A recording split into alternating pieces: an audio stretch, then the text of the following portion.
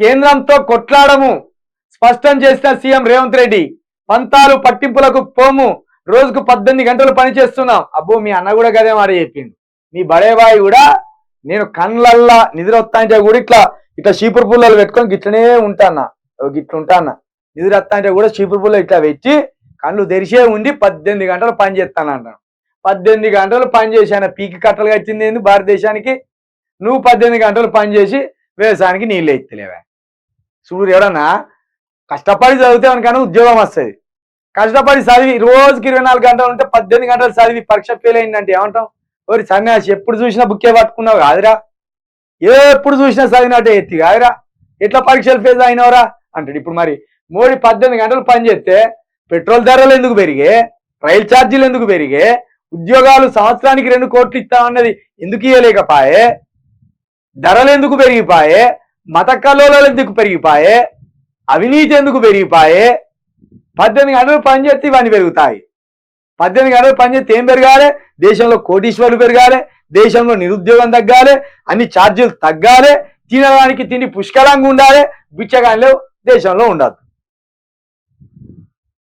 ఇక్కడ రాష్ట్రంలో ఆత్మహత్యలు జరుగుతున్నాయి రైతులవి, అటు దేశంలో రైతులు ఆత్మహత్యలు చేసుకుంటాను. ఈయన 18 గంటలు పని చేస్తానట, ఈయన 18 గంటలు పని చేస్తానట, కానీ ఏం ముంగడవాడు తెలియదు. అంటే వీళ్ళు పని చేస్తలేరు, మాటలు చెప్పుకొని బతుకుతాను. 100 రోజుల్లో 30,000 ఉద్యోగాలు ఉకోయిగా ఇవ్వాలని ఇంటే పోరగాళ్ళ నిరుద్యోగులు చెప్పులు పట్టుకొని వచ్చి ఇసిరేస్తారు. మేము అనలేం కానీ వాళ్ళే నిరుద్యోగులే వచ్చి చెప్పులు పట్టుకొని ఇసిరేస్తారు. 30,000 ఉద్యోగాలు ఎప్పుడు ఇచ్చినావు?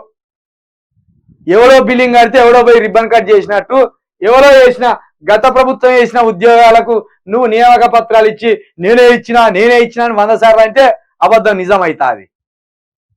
ఉకోయిగా ఎక్కడైనా చెప్పేవు నవ్వుతారు జనం. ప్రజలారా ఇచ్చిందా? మీరే ఎప్పుడు ఇస్తే ఇచ్చిందని కామెంట్ పెట్టురు జర. కేంద్రం నుంచి చాలా అనుమతులు తెచ్చినావు. 100 రోజులలో ఏం తెచ్చినావు? చాలా అంటే ఏం తెచ్చినావు? దానికి పేర్లు లేవా? ఏమేమి అనుమతులు తెచ్చినావు? పేర్లు లేవా?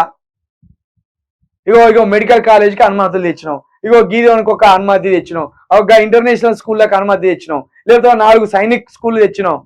ఏం తెచ్చినావు అనుమతులు? ఏం చెప్పకుండా చాలా తెచ్చినావు అంటే ఎట్లా? పోలీసులు సైరన్లు కాన్వాయిలు లేకుండా తిరుగుతాను. అబ్బా ఎట్లనయ్యా రేవంత్ రెడ్డి, నీ తమ్ముడు వేసుకొని తిరుగుతానికి ఇక్కడనే ఉన్నాము. మనకి ఇక్కడనే ఆగినప్పుడు అరగిటకి వెళ్ళిపోయింది కాన్వాయ్, పెద్ద కాన్వాయ్ బయటకు వెళ్ళి సైరన్లు లేవంటావు. 100 రోజుల పాలనపై సీఎం రేవంత్ ప్రెస్ మీట్. బీజేపీపై సీఎం రేవంత్ వైఖరిపై కాంగ్రెస్ లో చర్చ. ఎందుకంటే ఆయన బీజేపీ మనిషే కాబట్టి చర్చ జరుగుతుంది.